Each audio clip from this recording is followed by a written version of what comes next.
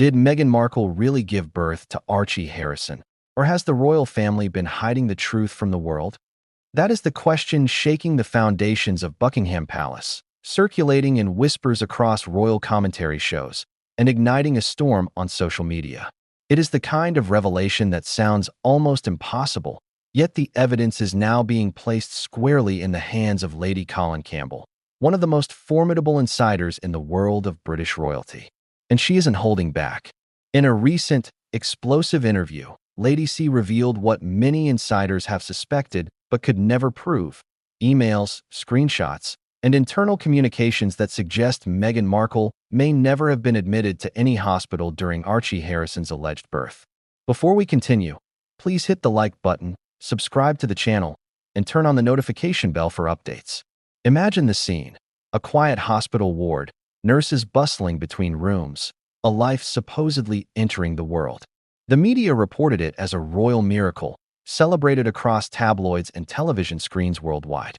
Yet, according to the documents Lady C has obtained, not a single nurse, OBGYN, or staff member on duty has Meghan Markle's name listed anywhere.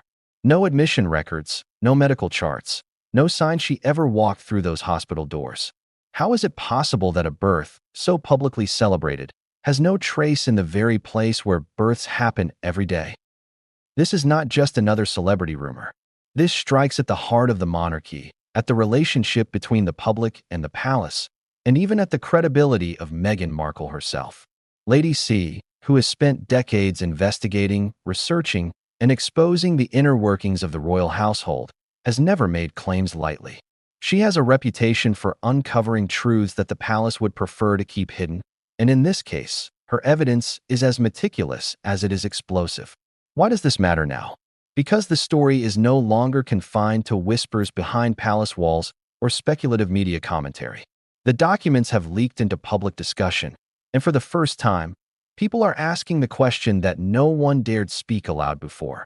Could Archie Harrison, the child the world has believed to be Meghan and Harry's son, not exist in the way we have been told? Could there be a truth that the palace, Meghan Markle, and her team have been carefully concealing for years? And if so, why? The intrigue begins with the emails themselves. Lady C has presented screenshots from internal hospital communications dated the very day Archie allegedly came into the world. And what do they show? Nothing. Not a single record of Meghan being admitted. No nurses noting her presence. No OBGYN signing off on medical charts. A blank slate where the birth of a royal child should have been documented in meticulous detail. For a moment, imagine the magnitude of this discrepancy. Hospitals, even on the busiest days, document every patient with precision. Births are recorded, verified, and stored permanently.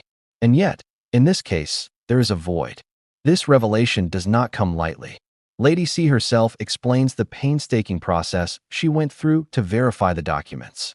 She contacted multiple sources, cross-checked emails, and corroborated timelines with other insiders familiar with the hospital's operations. She left no stone unturned.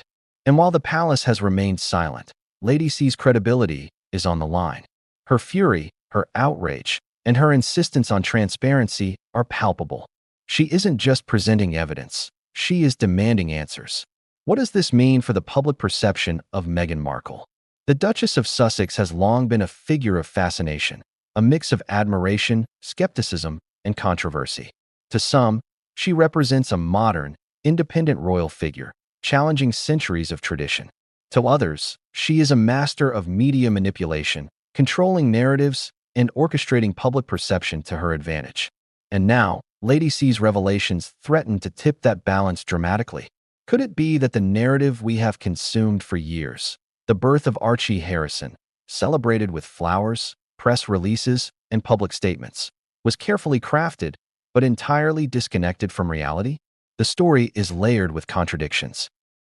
Public appearances, photographs, and media coverage painted a picture of joy, family celebration, and maternal triumph. Yet, internal records, or lack thereof, suggest something entirely different. There are no nurses to confirm the birth, no hospital admission to verify it, and no OBGYN documentation to mark the arrival of the child. Lady C describes the silence from staff as deafening, a collective hush that speaks louder than words. It is not just an administrative oversight. It is an anomaly that cannot be ignored. As we dive deeper into this story, it is important to ask questions directly to you, the audience.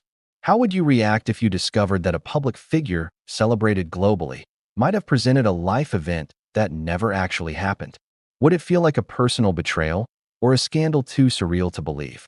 And what responsibility do institutions like hospitals, the media, and even the royal family have when the truth is called into question? These are not just rhetorical questions. They are at the center of a narrative that could redefine how we view the royal household. The stakes are high. Lady C emphasizes that this is not simply about Meghan Markle. It is about accountability, transparency, and the power of evidence in the face of long-standing narratives.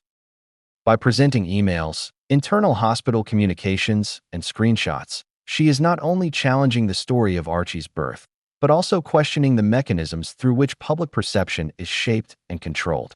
In other words, this is not a private matter. It is a story with global ramifications. And yet, despite the weight of the evidence, there is a quiet tension. The palace has not responded. No official statement, no denial, no acknowledgement. Silence, in this case, speaks volumes. Could it be a calculated strategy to let the storm pass? Or does it suggest that there is truth to Lady C's claims that even the highest levels of the royal family cannot easily refute?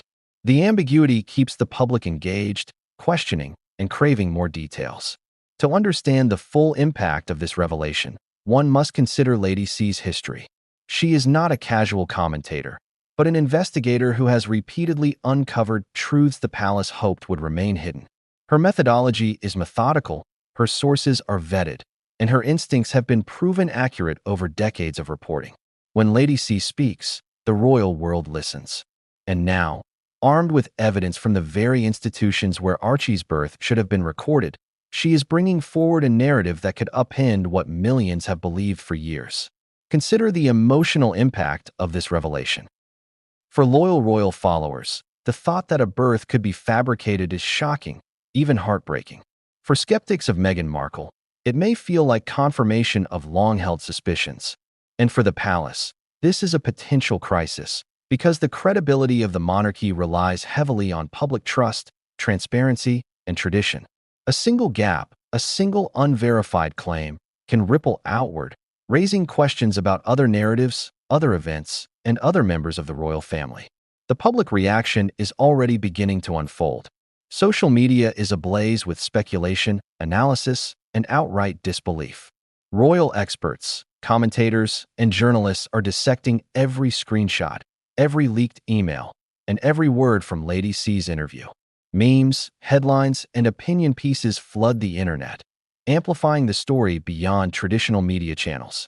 The narrative is evolving in real time, and the audience is not just watching. They are participating, debating, and questioning. And yet, despite the sensationalism, the story is grounded in evidence. Lady C is meticulous in her presentation. She walks through the emails line by line, explains the absence of hospital records, and contextualizes the significance of each anomaly.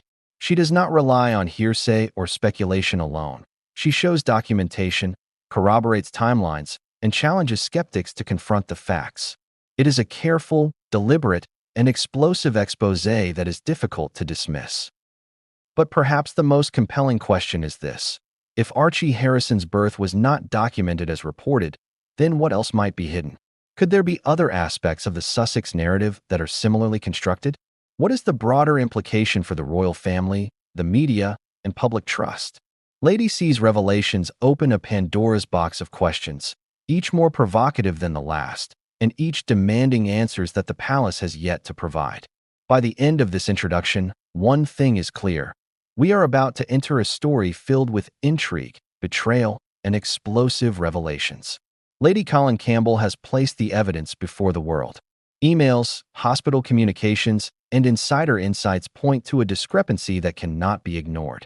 And yet, despite the mounting evidence, the palace remains silent, leaving the public and the media in a state of suspense. Why does the royal world fear Lady Colin Campbell? It's a question whispered in the hushed corridors of Buckingham Palace, in editorial offices of tabloids, and in private conversations among royal insiders.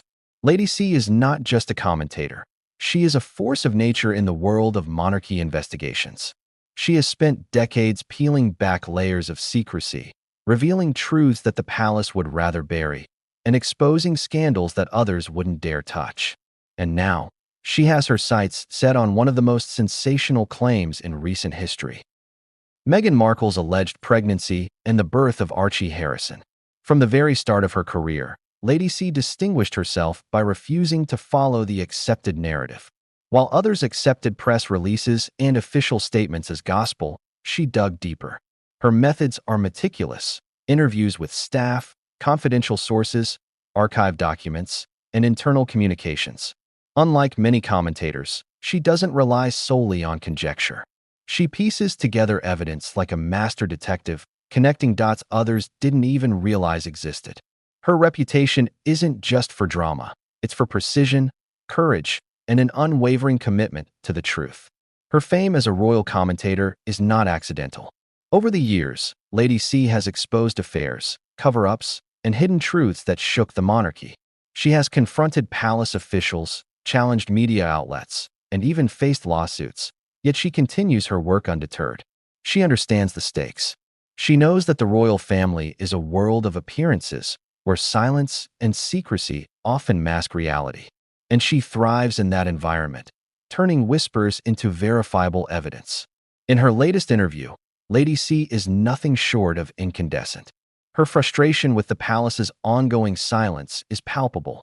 For decades, she has watched narratives be controlled, carefully edited, and presented to the public in ways that serve the institution's image rather than the truth. She describes the Archie situation as a masterclass in deception, and she is determined to pull back the curtain. The evidence she presents, screenshots of internal hospital communications, emails between staff members, and timelines, is as damning as it is explosive. What makes Lady C especially formidable is her combination of credibility and fearlessness. She is not interested in clickbait or viral moments for personal gain. Her goal is to expose truth where it has been deliberately obscured. She has, in the past, predicted scandals that later came to light, and her commentary has forced palace insiders to confront realities they would have preferred remain hidden. When Lady C speaks, journalists listen, royal watchers lean in, and even the palace takes note, quietly, but always attentively. Consider her approach. Every claim she makes is backed by documentation or a credible insider source. She does not make accusations lightly. In her reporting on Meghan Markle, she reviewed hospital records, cross-referenced public statements, and consulted with medical staff. The result is a body of evidence that is methodical and detailed. And while the palace has not responded publicly, Lady C's reputation lends weight to the claims in a way that mere speculation never could. Her interview begins with a statement that shocks even seasoned royal observers. What the public has been told about Archie Harrison is not the full story. In fact, parts of it may be entirely fabricated. She goes on to reveal that she obtained emails showing no hospital admission for Meghan Markle on the day of Archie's alleged birth. Staff rosters, nurse schedules, and OB/GYN logs, all devoid of her name. Lady C presents this evidence calmly, but with an intensity that makes it impossible to ignore. She knows the palace will attempt to dismiss or deny her claims, but she has prepared meticulously, anticipating every possible counterargument. The implications are staggering. Lady C isn't just challenging a single event. She is challenging the integrity of a narrative that the public has accepted for years. If the evidence is accurate, and she has no reason to doubt it, it calls into question the very foundation of Archie Harrison's public story. And while the palace remains silent, the public is left grappling with a reality that feels both shocking and surreal. But Lady C's role is not merely as a revealer of secrets. It is as a guide through a maze of contradictions. She explains how even small inconsistencies in official statements or media reports can point to a much larger deception.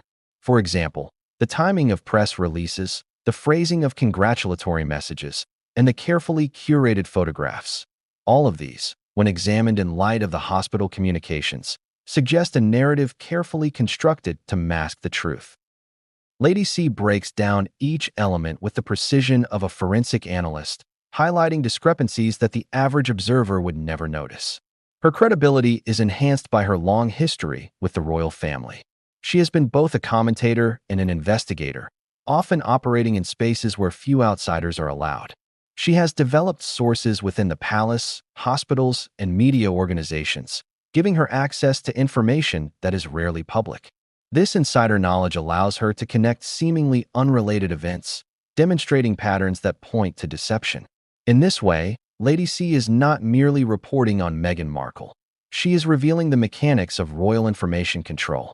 What makes her approach especially compelling is her emotional honesty. Lady C does not hide her outrage, her frustration, or her disbelief at the audacity of the alleged deception. She describes it in human terms: the betrayal of public trust, the manipulation of media narratives, and the erosion of credibility.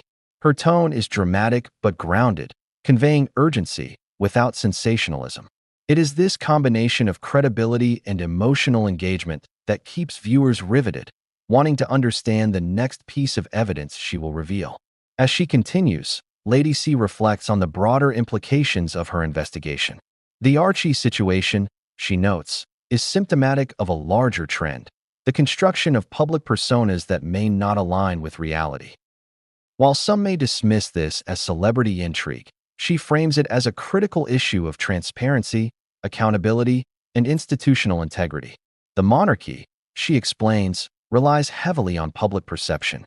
When that perception is manipulated, the consequences extend beyond gossip. They affect trust, governance, and the very legitimacy of the institution. Yet Lady C does not stop at analysis. She brings the story to life with anecdotes, insider observations, and moments of dramatic revelation. She recounts interactions with staff who were puzzled by the narrative surrounding Archie, memories of colleagues who never witnessed the events described in public statements, and the meticulous gathering of emails that now form the backbone of her claims. Each anecdote reinforces the credibility of her investigation, while also maintaining suspense and tension. Her narrative is punctuated with direct questions to the audience. If the child you believe to exist might not exist as you were told, how would you react? Would you feel betrayed, shocked, or simply bewildered? By engaging viewers in this way, she not only delivers information but also creates emotional stakes, ensuring that the audience is invested in every revelation. Finally, Lady C concludes the first part of her interview with a promise of more. She hints at additional documents, further screenshots, and corroborating evidence yet to be revealed. Her tone suggests that what has been shared is only the tip of the iceberg, and that the full scope of the revelation could fundamentally alter the public's understanding of Meghan Markle, Archie Harrison, and the royal family itself. As viewers digest this information, the tension is palpable.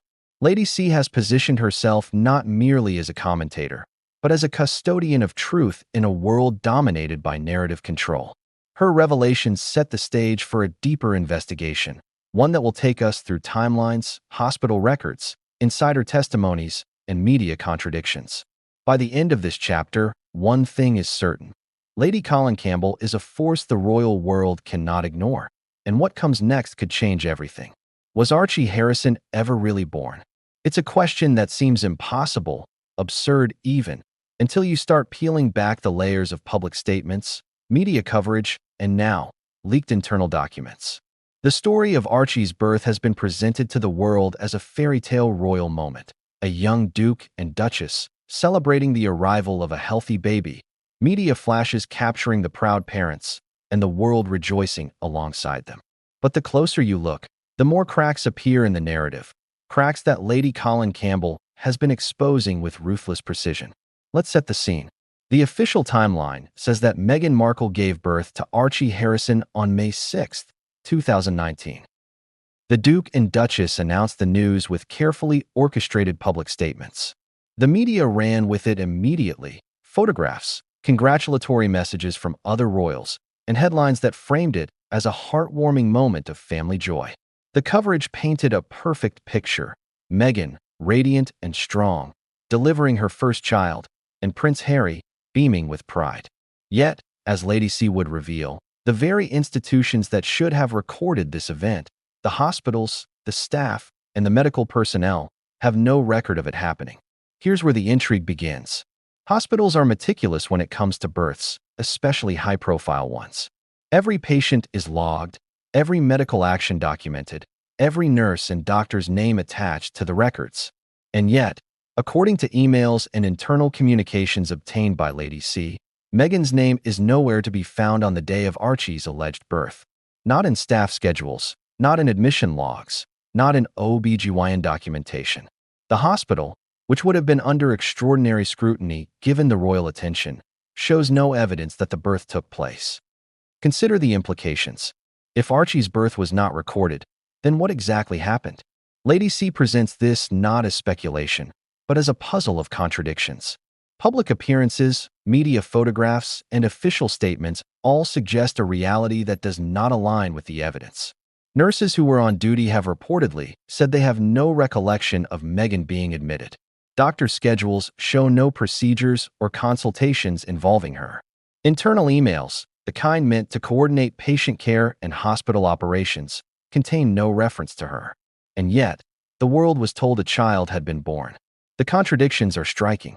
For instance, public announcements suggested a birth in the early morning hours.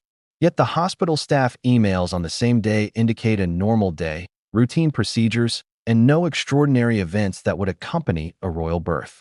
Lady C emphasizes the discrepancy, noting that even the smallest details, the scheduling of nurses, the allocation of rooms, the use of hospital resources, should have left traces. None exist. And this is not an oversight. It is a total absence of records. Think about what that means for a moment. Royal births are global events. They are documented meticulously, not only by hospital staff, but also by media teams, palace officials, and security personnel. The absence of a single hospital record suggests either a massive, coordinated concealment or an event that never occurred in the way the public was led to believe. Lady C doesn't make these claims lightly. She frames them within decades of experience observing palace behavior, media manipulation, and the way narratives are constructed for public consumption. Public perception, of course, has always been carefully curated. When Meghan and Harry were photographed leaving the hospital, or, as the public believes, leaving the hospital, those images were heavily staged. The media narrative emphasized joy, motherhood, and family triumph. The palace issued statements praising the couple, and social media erupted with congratulations. It was a moment that seemed flawless. But Lady C challenges this narrative by pointing to the absence of hospital documentation, suggesting that what the public saw may have been orchestrated imagery rather than evidence of an actual birth. The chapter of alleged birth also raises questions about who knew what and when. Royal insiders reportedly questioned the timeline of events. Staff members expressed confusion over whether Meghan had even arrived at the hospital. Some recall logistical meetings that, in retrospect, make little sense. Discussions about hospital room allocations, security arrangements, and media coordination that never aligned with a real birth taking place. Lady C pieces these anecdotes together to construct a compelling case. There is a narrative carefully crafted to project the appearance of a birth, but behind the scenes, the reality may have been very different. Then there's the question of the child himself. Archie Harrison has been presented to the public as a vibrant, living child, adored by the royal family. Photographs, appearances at official events, and casual social media posts reinforce this image. But if the birth was misrepresented or fabricated, what does that mean for these appearances? Lady C doesn't answer definitively, but she teases possibilities that leave even seasoned royal watchers unsettled. Is it possible that Archie was portrayed in ways that masked the truth of his origins? And if so, what mechanisms were used to maintain the illusion? Lady C's analysis is both technical and emotional. She walks viewers through the timeline with precision, highlighting inconsistencies between reported events and actual hospital operations. She points out the missing entries, the absent signatures, and the lack of corroborating evidence. And she asks the audience directly, if the foundation of this story, the birth itself, is in question, what else might be manipulated? The emotional weight is significant. For those who followed the royal couple, for those who celebrated the birth, this is not just news. It is a potential betrayal of trust. The tension is further amplified by the palace's silence. No official comment, no denial, no acknowledgement. This silence, Lady C notes, is telling. In her experience, when there is no response, it often signals that there is truth behind the claims, or at the very least, a fear of exposure. The absence of a statement allows speculation to grow unchecked, which only intensifies public curiosity and scrutiny. Social media, news outlets, and royal commentators are left filling the gaps with analysis, often leading to further contradictions and confusion. Adding to the intrigue are minor details that might otherwise seem irrelevant. For example, the timing of social media announcements, the phrasing of congratulatory messages, and the scheduling of public appearances all suggest an orchestrated effort to present a coherent story to the world. Lady C highlights these details as deliberate, noting that the narrative of Archie's birth may have been constructed not from reality, but from the image of reality. The public believed they were witnessing a birth, but according to the documents, no hospital records exist to confirm it. The alleged birth of Archie Harrison is not just a moment in time. It is a nexus of secrecy, narrative control, and potential deception. Lady C positions it as a cautionary tale about how narratives are shaped, how institutions can be manipulated, and how the public can be led to accept appearances without question. By focusing on the absence of evidence, she forces the audience to confront the uncomfortable possibility that what they believed was real may, in fact, be carefully crafted fiction. And yet, despite the seriousness of these revelations, Lady C maintains a level of engagement and storytelling that keeps viewers hooked. She mixes facts with analogies, humor, and emotional beats. She draws comparisons to other high-profile scandals, illustrating how even small gaps in records can signal major deceptions. She poses questions to the audience, making them part of the investigation. If a child's birth could be fabricated, how would you feel knowing you were celebrating an illusion? The effect is both gripping and unsettling, ensuring that viewers remain riveted as the story unfolds. As the chapter concludes, Lady C leaves one final tantalizing hint. The story of Archie's birth is only the beginning. The absence of hospital records is not an isolated anomaly. There are documents yet to be examined, sources yet to be interviewed, and contradictions in public statements that have yet to be reconciled. The full picture, she suggests, could be even more shocking than what has been revealed so far. What if the proof was sitting right under our noses this whole time? That is the revelation Lady Colin Campbell delivered, holding the world's attention as she revealed screenshots of internal hospital emails showing no record of Meghan Markle during the alleged birth of Archie Harrison. It wasn't just a whisper of suspicion anymore, it was concrete evidence. Emails, documents, and internal communication logs, carefully collected and cross-verified, painted a story that contradicted everything the public had been told. The bombshell? Not a single hospital admission, not one nurse or OB/GYN, had Meghan's name on their records for the day Archie allegedly entered the world. Lady C explained the significance in a calm, almost clinical tone, yet her intensity was unmistakable. In the royal world, records like these are sacrosanct. Hospitals are legally required to document every admission, procedure, and vital detail for patient safety. Royalty or not, these protocols are never overlooked. Yet here, every system, every protocol, appeared to have no trace of Meghan's presence. To Lady C, it was a clear indication that the narrative the public had been fed didn't match reality. The emails themselves are fascinating in how they reveal a quiet, almost bureaucratic world operating completely in contrast to the media spectacle. Staff communications on May 6, 2019, covered routine assignments, who was on duty, which wards required coverage, and the schedule for OB/GYN consultations. But among these dozens of entries, not one mentioned Meghan. No special preparations, no notifications to the maternity ward, no allocation of a private room for a royal patient. It was as if the day had passed like any other ordinary day at the hospital. Lady C meticulously walked through the screenshots. One email from a nurse supervisor detailed the day's roster. Every staff member had their tasks assigned, every room accounted for. Yet the absence of Meghan's name was glaring.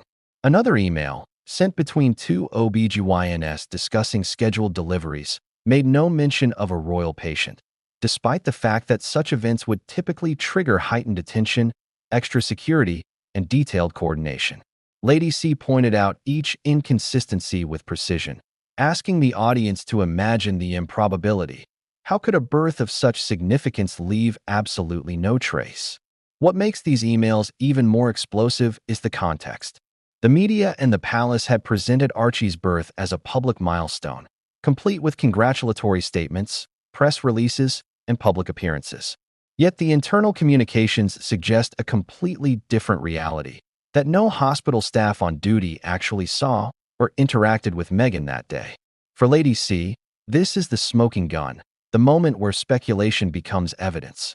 She didn't just stop at presenting emails. She provided analysis, context, and interpretation. For instance, she highlighted subtle details in the timestamps, showing that while the public announcement claimed early morning delivery, the emails recorded normal hospital operations throughout the morning with no unusual activity. She noted that even routine administrative checks that would accompany a high-profile birth, extra staffing, coordinated security, or special notifications, were absent.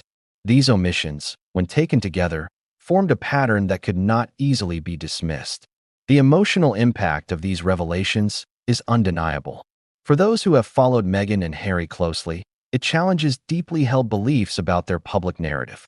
For royal enthusiasts, it introduces doubt, confusion, and even anger.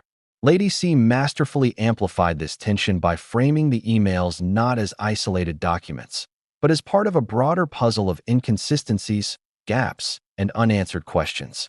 She repeatedly emphasized that these were not rumors. They were tangible pieces of evidence that contradicted the official story. She also addressed potential skeptics, anticipating questions about authenticity and reliability. Lady C explained her methodology for verifying the emails. She cross-referenced sender and recipient information, checked metadata, consulted insiders familiar with hospital protocols, and ensured that the timeline matched operational logs. Her goal was to leave no room for dismissal. If these emails were genuine, and every indication suggested they were, they painted a picture that demanded scrutiny. The implications go beyond the hospital walls.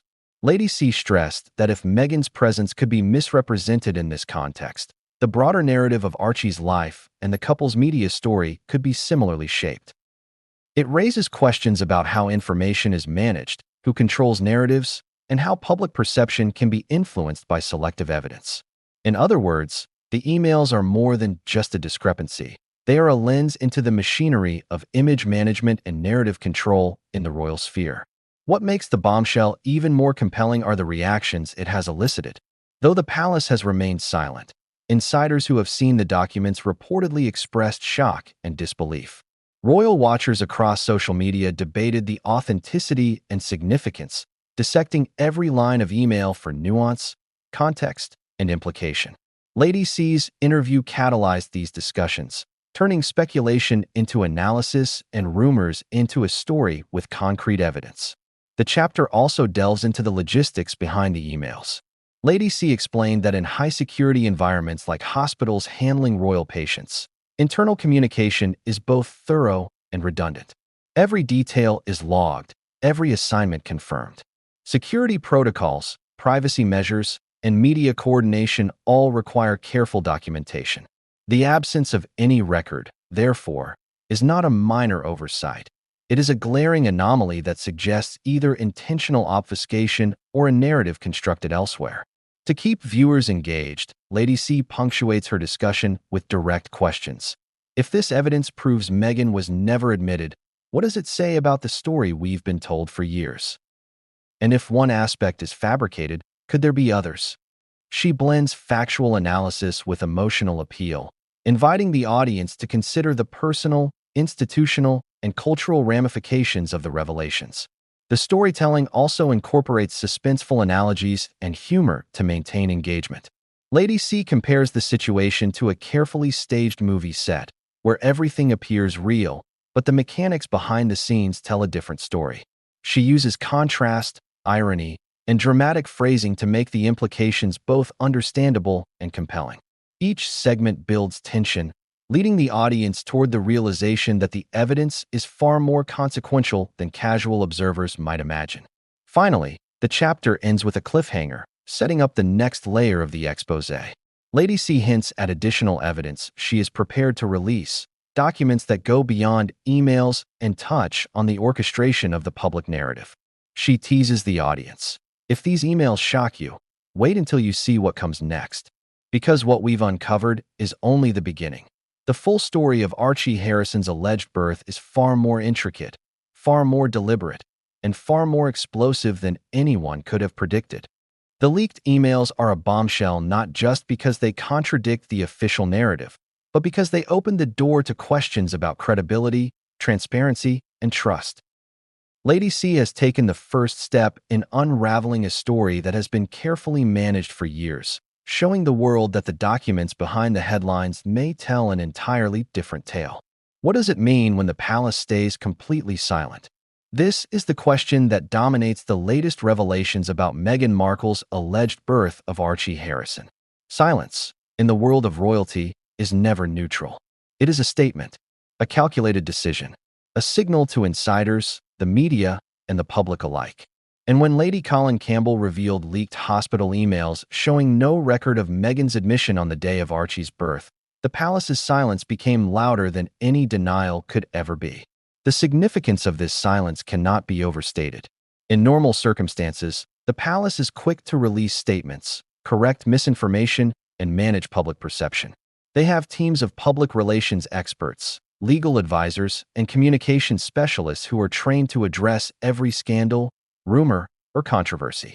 When a story of this magnitude arises, claims that a royal birth might not have been properly recorded, you would expect a swift and coordinated response. Yet, days and even weeks have passed with no acknowledgement. Not a single spokesperson has addressed the leaks, the hospital records, or the questions now circulating globally. Lady C interprets this silence as intentional. In her decades of royal reporting, she has seen countless instances where the palace deliberately refrains from comment. The purpose? Control. To shape the narrative by choosing when, how, and if a statement should ever be made. By remaining quiet, they allow curiosity, speculation, and doubt to fester. They let the story grow without officially confirming or denying it, giving them the upper hand in managing the fallout. And in the case of Meghan and Archie, this strategy may be particularly telling. The first layer of this silence is logistical. The palace is an institution built on tradition, hierarchy, and protocol. Decisions about public communication are not made lightly. Even a small statement could have far-reaching consequences, potentially implicating individuals, revealing internal inconsistencies, or triggering legal challenges. Lady C explains that the lack of a response may indicate that officials are carefully weighing their options, analyzing the potential damage, and preparing to respond in a way that minimizes risk. But for the public, this measured silence reads as evasive. There is also a psychological element to the palace's silence. By not addressing Lady C's claims, they create an aura of mystery and tension. The public is left wondering, is the silence because the palace has nothing to say, or because the evidence is too damaging to refute? Lady C points out that in the world of media and royal reporting, silence often speaks volumes.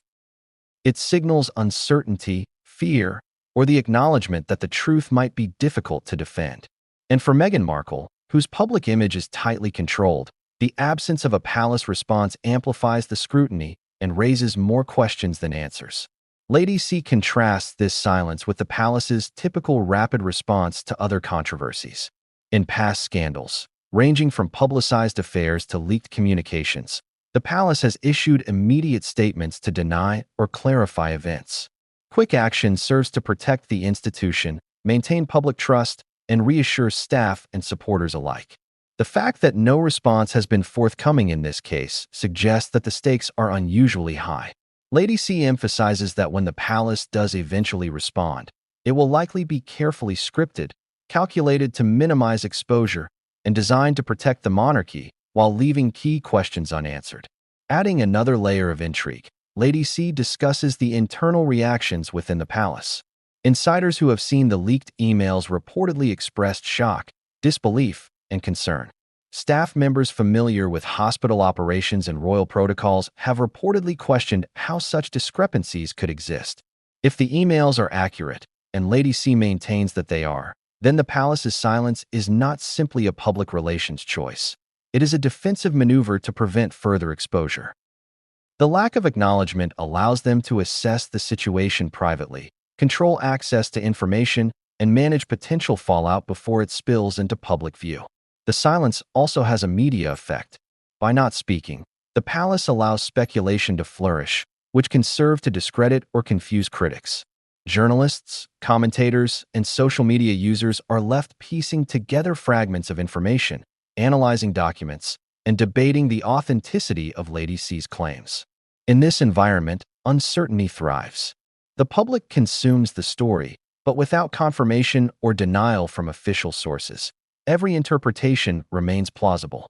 Lady C notes that this ambiguity is a powerful tool for an institution like the monarchy, which depends heavily on perception and reputation. Yet, the silence carries risks. Lady C warns that ignoring the claims outright does not make them disappear. Instead, it allows the story to grow unchecked, creating an impression of concealment or cover-up. Every day, without comment reinforces the narrative of secrecy, which can erode trust, spark outrage, and drive speculation to extremes. For Meghan Markle and the royal family, the stakes are immense. The longer the silence persists, the more the public will fill the void with its own interpretations, many of which may be damaging or sensationalized. Lady C also delves into the psychological effect of silence on the audience. Humans are wired to seek answers, to resolve uncertainty, and to trust evidence. When an authoritative institution like the palace refuses to respond, it creates cognitive tension. People instinctively search for clues, re-examine evidence, and question previously held assumptions. Lady C uses this tension strategically in her interview, drawing the audience into the unfolding drama and making them feel invested in discovering the truth alongside her. The chapter highlights subtle clues that suggest the palace is indeed aware of the stakes.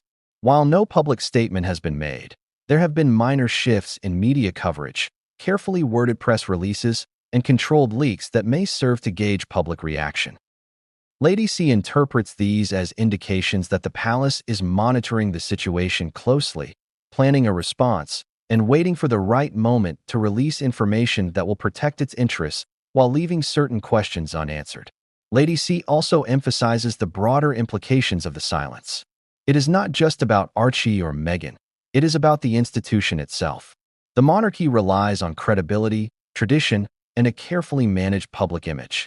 When evidence emerges that contradicts the official narrative and the palace refuses to respond, it invites scrutiny not only of the event in question, but of the mechanisms of control, communication, and influence that the monarchy employs. In this sense, the silence is both a shield and a magnifying glass, simultaneously protecting and exposing the institution. Throughout the chapter, Lady C engages viewers directly, asking questions that challenge assumptions and provoke reflection. What would you think if the world's most scrutinized family allowed such a glaring discrepancy to go unaddressed? Would you trust the narrative or question every statement that came from the palace? She mixes these questions with dramatic storytelling, weaving anecdotes, insider commentary, and emotional beats to maintain tension and audience investment. The chapter also uses analogy and irony to emphasize the absurdity of the situation. Lady C compares the palace's silence to a stage production where the actors are frozen mid-scene, leaving the audience to wonder what will happen next. She highlights the contrast between the carefully managed public image and the dissonance revealed by the leaked emails, creating a sense of suspense that keeps viewers hooked.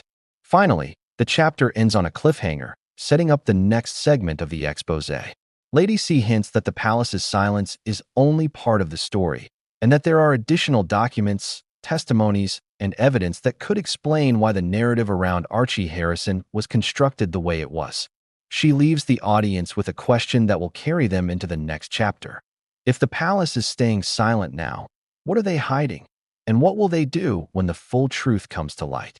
The palace's silence is both a strategy and a signal, a calculated response that intensifies intrigue and raises profound questions.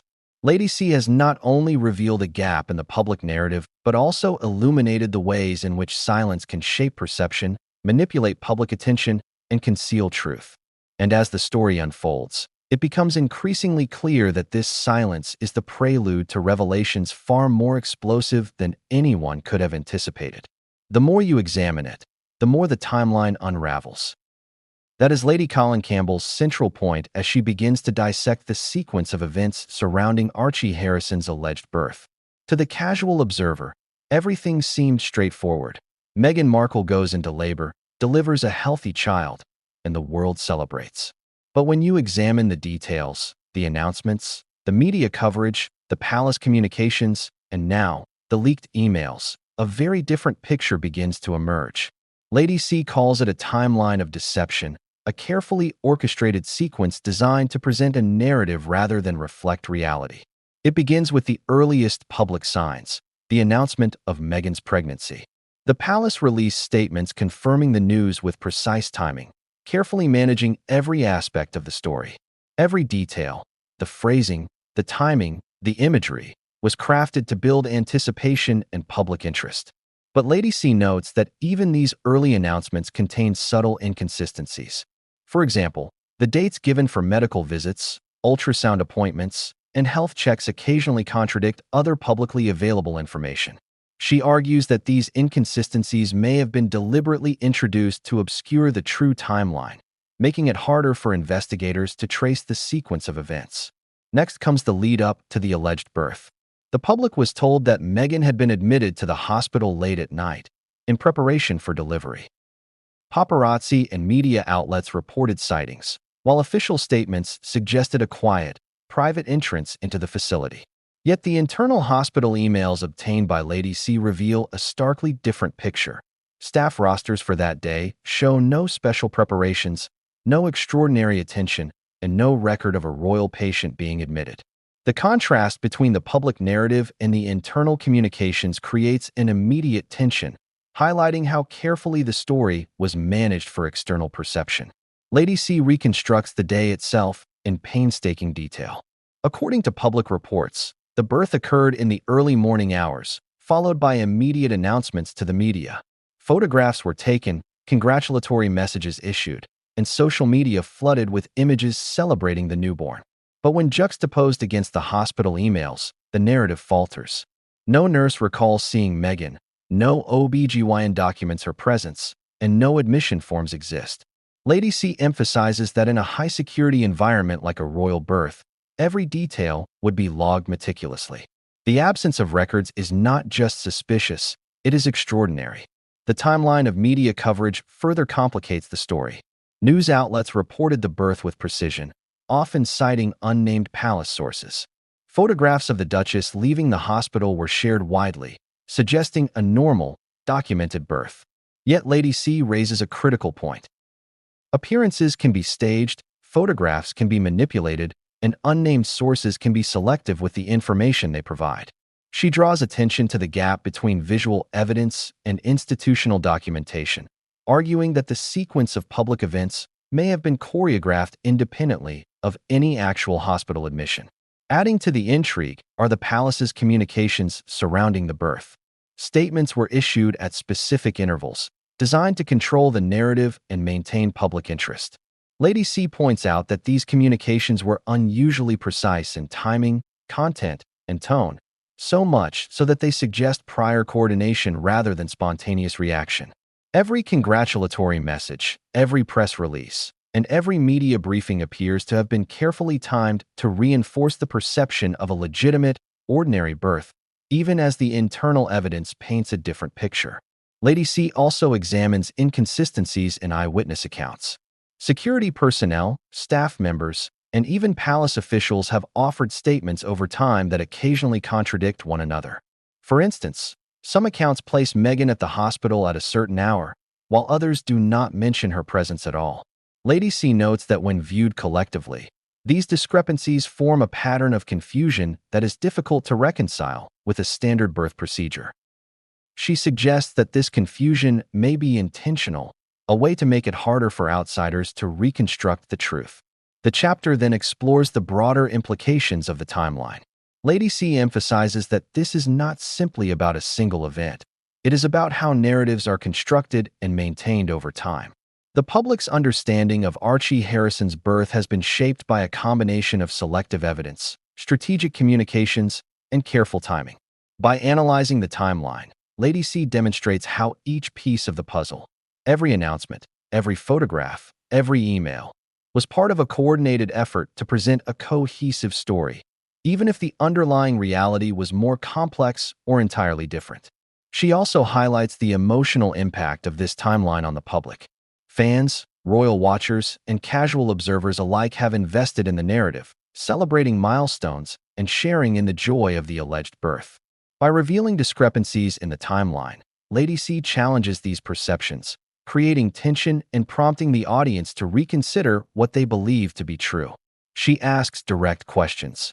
If the events you've celebrated may not have occurred as reported, how would that change your understanding of the people involved? Would you feel betrayed, shocked, or compelled to question more? Humor and analogy are used strategically to maintain engagement. Lady C compares the unfolding timeline to a theatrical production where actors hit their marks and deliver lines precisely, regardless of whether the events are real. She draws parallels between media choreography and royal protocol, illustrating how appearances can be constructed independently of reality.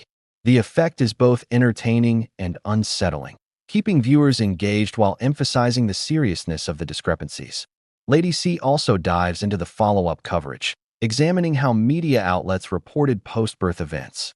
Public appearances, social media posts, and interviews were all framed to reinforce the narrative of a standard birth. Yet the internal communications suggest that behind the scenes, the story was less straightforward. Lady C notes that the absence of hospital documentation casts a shadow over the entire sequence, raising questions about the authenticity of each subsequent public moment. Finally, the chapter ends on a cliffhanger, setting up the next section of the exposé. Lady C hints at further evidence that goes beyond timeline discrepancies. Internal staff testimonies, corroborating communications, and documents that could reveal the orchestration of the narrative in even more detail. She leaves the audience with a provocative question. If the timeline itself is manipulated, what does that say about the truth of the events it was meant to describe? The timeline of royal deception, as reconstructed by Lady Colin Campbell, reveals a story that is far more intricate, calculated, and mysterious than previously imagined. Each public statement, each photograph, and each piece of media coverage was part of a carefully constructed narrative designed to maintain appearances and shape perception. But beneath the surface, the evidence suggests something entirely different, and the truth, as Lady C warns, is far more explosive than the public has been led to believe. What happens when everyone who should know stays quiet? That is the haunting question that underpins this chapter. Lady Colin Campbell has spent decades investigating the royal household, but even she acknowledges that silence from those on the inside can be more revealing than 1,000 statements. In the case of Archie Harrison's alleged birth, the voices, or the lack thereof, of hospital staff are central to uncovering the truth. Nurses, OBGYNs, midwives, and administrative personnel all play a critical role in documenting births. Their testimony, or their absence of confirmation, speaks volumes about the events of that day. Lady C begins by laying the groundwork. She obtained numerous accounts from staff who were on duty at the hospital during the alleged birth. Many agreed to speak only under conditions of anonymity, a reflection of both fear and loyalty. Hospitals, particularly those handling high-profile patients like members of the royal family, are environments of strict confidentiality. Breaches of protocol, leaks, or misstatements can result in serious consequences, not just legally but professionally. Yet, despite these constraints, Lady C uncovered a consistent and astonishing pattern. No one could verify Meghan Markle's presence during Archie's alleged birth. Some nurses described their experiences of that day as completely ordinary, without any indication of a royal birth occurring. They spoke of routine deliveries, scheduled rounds, and standard administrative tasks. To them, the hospital day had proceeded like any other. There were no special announcements, no private rooms prepared for royalty, and no signs that a high-profile birth was taking place. Lady C emphasizes that in hospitals, such events require coordination, security, and extraordinary planning. The absence of these elements is highly unusual, raising the question, if the birth occurred as reported, why was there no observable preparation or special handling? OBGYNs and midwives who were on duty provide additional insight. In normal circumstances, a birth involving a member of the royal family would necessitate a heightened level of documentation. Every procedure, every check, every note in the patient's chart would be meticulously recorded. Yet staff testimonies indicate that no such records exist.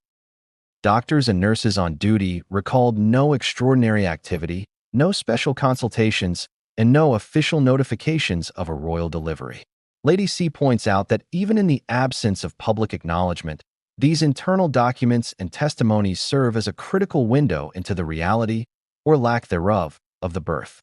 Some staff members, speaking off the record, admitted to confusion at the time. They remembered hearing rumors of Meghan's hospitalization, but were never formally notified or briefed. They described an atmosphere of secrecy, unusual for any standard medical procedure.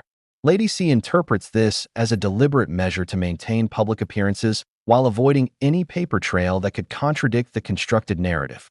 In other words, even staff who might have seen her were systematically kept out of the loop. The chapter explores the emotional weight of these testimonies. For staff, the situation is complicated by loyalty to both the institution and the individuals involved. They are caught between professional ethics, legal constraints, and the public's expectation of transparency. Lady C describes their accounts with sensitivity, highlighting the difficulty of speaking out while under pressure. Their reluctance to confirm or deny events serves as indirect evidence. The consistent absence of acknowledgement from multiple independent sources strengthens the claim that the official story may not reflect reality. Lady C also examines contradictions within staff statements. Some staff suggested they saw preparations for a high-profile patient, but were never told who it was for. Others mentioned seeing unusual coordination among departments without context. These inconsistencies, she argues, point to an intentional obfuscation. The narrative was carefully controlled, and staff were only given fragments of information, enough to maintain operational efficiency, but insufficient to confirm the full story. This partial knowledge allowed the palace and media teams to construct a public narrative without leaving behind verifiable records. Another layer of intrigue is introduced through administrative staff testimonies. Hospital administrators, responsible for patient admissions, scheduling, and record-keeping, reported no entries from Meghan Markle on the day in question. Even minor details, such as room assignments, paperwork processing, and staff sign-ins, revealed no anomalies that would align with a high-profile birth. Lady C underscores the significance. The administrative absence is not a minor oversight, but a systemic gap, suggesting that if the birth did occur, it was not documented in any official capacity, a highly irregular circumstance for any hospital, let alone one handling royal patients. The chapter also delves into the reactions of staff when confronted with media inquiries or speculation. Several employees expressed concern about being quoted or identified, emphasizing the culture of confidentiality and fear of repercussions. Yet their reluctance to comment publicly, Lady C notes, indirectly corroborates the pattern of silence. If the birth had occurred as reported, one would expect staff to recall clear details, anecdotes, and procedures. The fact that they do not speaks volumes. To maintain audience engagement, Lady C intersperses her analysis with direct questions. If the very people who were supposed to witness a birth cannot confirm it, what does that say about the story we've been told? Can a narrative survive when the individuals closest to the event cannot validate it? These questions are designed not only to provoke thought, but also to create tension, drawing viewers deeper into the investigation. Humor and analogy are again used strategically. Lady C compares the situation to a staged play, where actors hit their marks, props are in place, but the central character never actually appears on stage. The audience applauds, believing in the performance, yet behind the curtains, the truth is entirely different. This analogy helps viewers understand the manipulation at play while keeping the narrative compelling and digestible. The chapter also emphasizes the role of corroboration. Lady C doesn't rely solely on a single testimony or document. Instead, she presents multiple sources, all pointing toward the same anomaly. No staff member, whether nurse, doctor, or administrator, can verify Meghan's presence during Archie's alleged birth. The convergence of independent accounts strengthens the case and adds credibility to the explosive claims being made. Finally, the chapter ends on a cliffhanger, setting the stage for the next phase of the exposé. Lady C hints at further evidence beyond staff testimonies, additional internal communications, media discrepancies, and previously unseen documents that could provide more context and confirmation. She leaves the audience with a chilling question.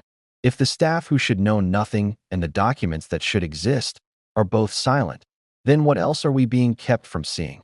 Staff silence, Lady Colin Campbell emphasizes, is not absence, it is a statement. It reflects the extraordinary measures taken to maintain a narrative, the careful control of information, and the lengths to which institutions will go to protect perception over truth. And as the story unfolds, it becomes increasingly clear that this silence is a prelude to revelations far more shocking than anyone could have anticipated. What would drive someone to fabricate one of the most celebrated events in modern royal history? Lady Colin Campbell poses this question with a mixture of curiosity and incredulity. To understand the stakes, you have to grasp not just the mechanics of deception, but the motivation behind it. Why would Meghan Markle, already in the global spotlight, risk her reputation, the integrity of the royal family, and public trust to manipulate a story as significant as Archie Harrison's birth? Lady C believes that the answer lies in a combination of ambition, control, and the power of narrative itself. Lady C starts by exploring the context of Meghan's position at the time. As a duchess entering a centuries-old institution, Meghan was navigating a world of immense scrutiny, intense pressure, and rigid expectations. Every word, every gesture, every public appearance was analyzed, critiqued, and often misrepresented. For someone accustomed to media attention and narrative control from her previous career, the palace represented both opportunity and constraint. Lady C suggests that in this environment, controlling the story of her child's birth could serve multiple purposes: personal empowerment, public image, and strategic positioning within the royal hierarchy. One key aspect Lady C emphasizes is the construction of celebrity identity. Meghan, as a former actress, understands the mechanics of media influence better than most. She knows that the public reacts not only to facts but to narratives, symbols, and spectacle. By orchestrating a birth narrative, even one that may not have unfolded as reported, she could command attention, reinforce her public persona, and establish a powerful emotional connection with supporters. The birth of a royal child is, after all, one of the most potent symbols in monarchy storytelling: innocence, continuity, and legitimacy. Controlling that narrative offers immense influence over perception. Lady C also examines the potential personal motivations behind such a risk. Beyond public image, there is the question of autonomy. Meghan's relationship with the palace has been characterized by tension over privacy, media representation, and adherence to traditional protocol. Crafting a controlled narrative around a high-profile birth could be a way of asserting agency in a system designed to limit individual autonomy. In other words, by taking control of the story herself, she could navigate the institution on her own terms while projecting an image of perfection to the world. The chapter explores historical analogies to contextualize this behavior. Lady C references previous instances where public figures, royal or otherwise, have manipulated narratives to protect personal interests or achieve strategic goals. In many of these cases, the individuals involved were operating within institutions that valued image and perception above all else. By drawing parallels, Lady C illustrates that while Meghan's actions may seem extreme, they are not unprecedented in the world of high-profile, high-stakes institutions. Lady C also discusses the calculated risk involved. Fabricating a birth, or even misrepresenting its circumstances, is not without danger.